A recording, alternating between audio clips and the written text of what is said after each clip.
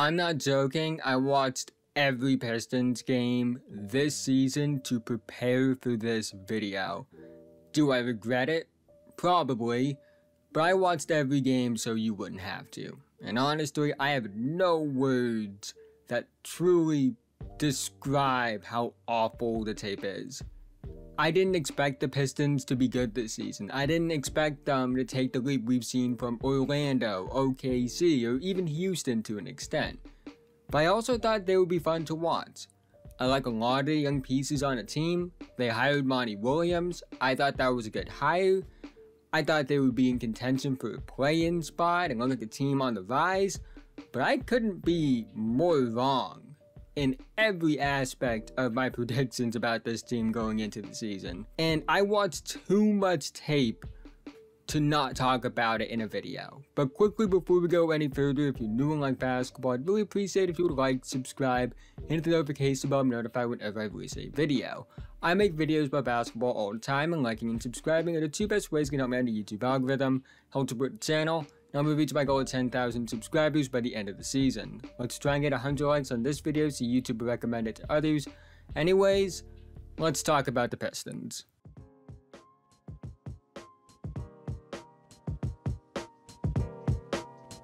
Let's start with Cade Cunningham because he's very polarizing for many reasons.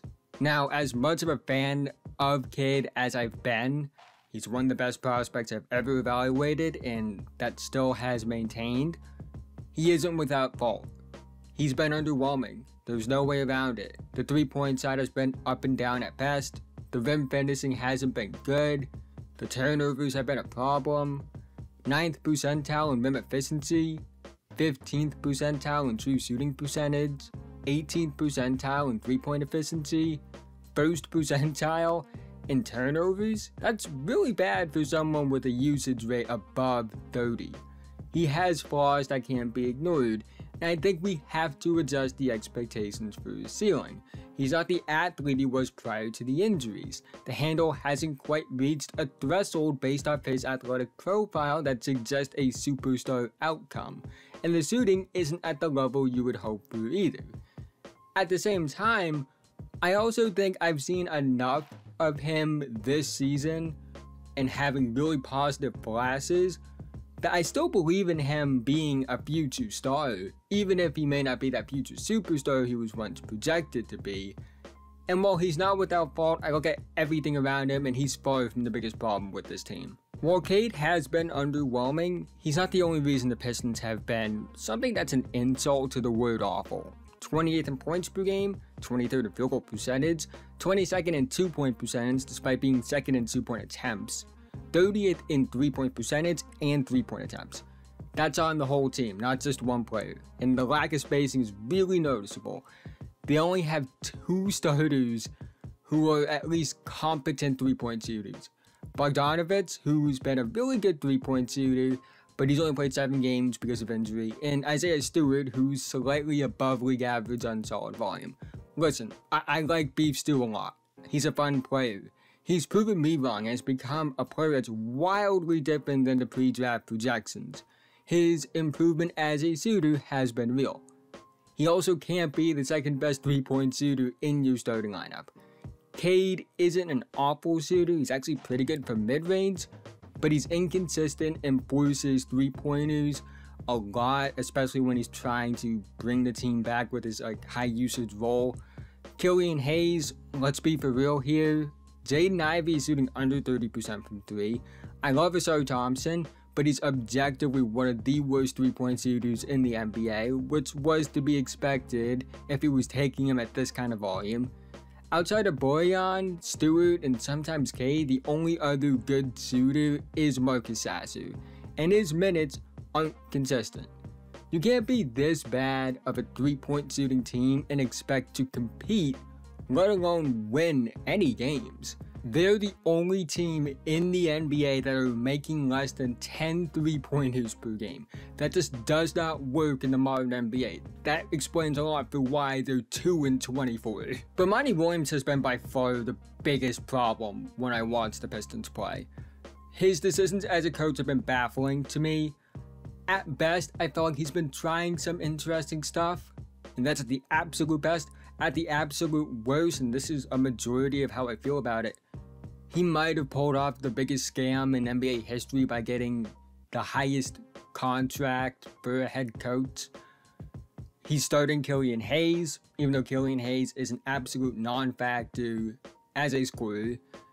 He's handled the Ivy minutes and role pretty poorly, in my opinion, considering he's limited what Ivy can do on the court. And yeah, that's led to his efficiency being better, but I think him being a little less efficient and playing more to his strength would help the team more, because Ivy has a skill set that could help this team at least not look like the most pathetic team I've ever seen.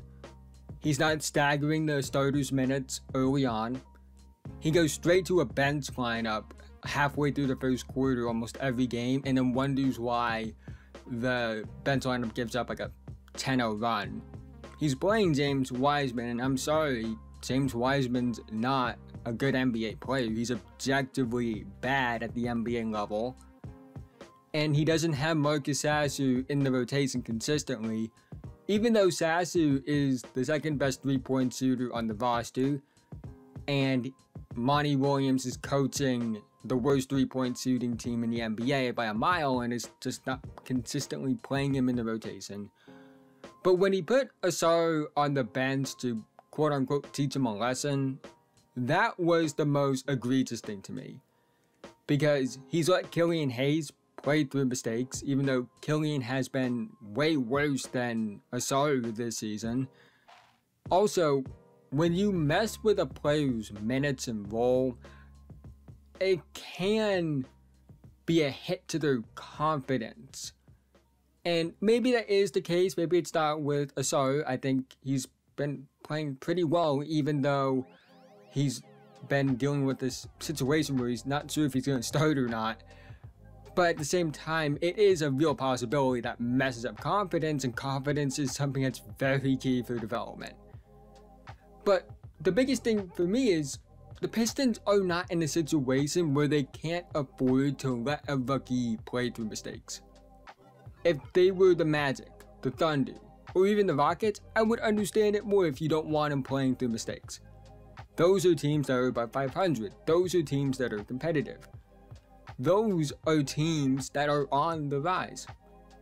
Playing the quote-unquote teach him a lesson game when your team is on a 23-game losing streak really is unacceptable. And honestly, that contract they gave Monty is looking really bad. The Pistons are in a really weird spot because I don't think it's a talent problem. I like their young talent. I like Cade. I like Ivy. I like Duran. I like Asar. I like Sasser. I like Isaiah Stewart. I don't think it's an on-paper problem. It's an execution problem. The pieces don't fit perfectly, or even that well, let alone perfectly, now that I think about it. And the way they play and the way they're coached just does not work in the modern NBA. If I'm looking at who do I think the Pistons should prioritize, I'm thinking about Cade Cunningham. Even if he's been disappointing, he's shown enough to still be a long-term piece. Although I do kind of see the side of going full reset and trading him. Asar Thompson, he's still raw offensively, but he's just that incredible defensively. He's one of the best defensive rookies I've ever seen, and the offensive upside is there even if he's raw right now. And Jalen Duran, who, in my opinion, has been the most consistent player on that team. He's their best rebounder and defensive player. They go from the 9th best defensive rating when he's on the court to the worst defensive rating when he's off the court. Smart player, super young, also a good paint scorer and playmaker. I personally would keep Jaden Ivey, but based off the way it's going, I don't know if they're going to keep him.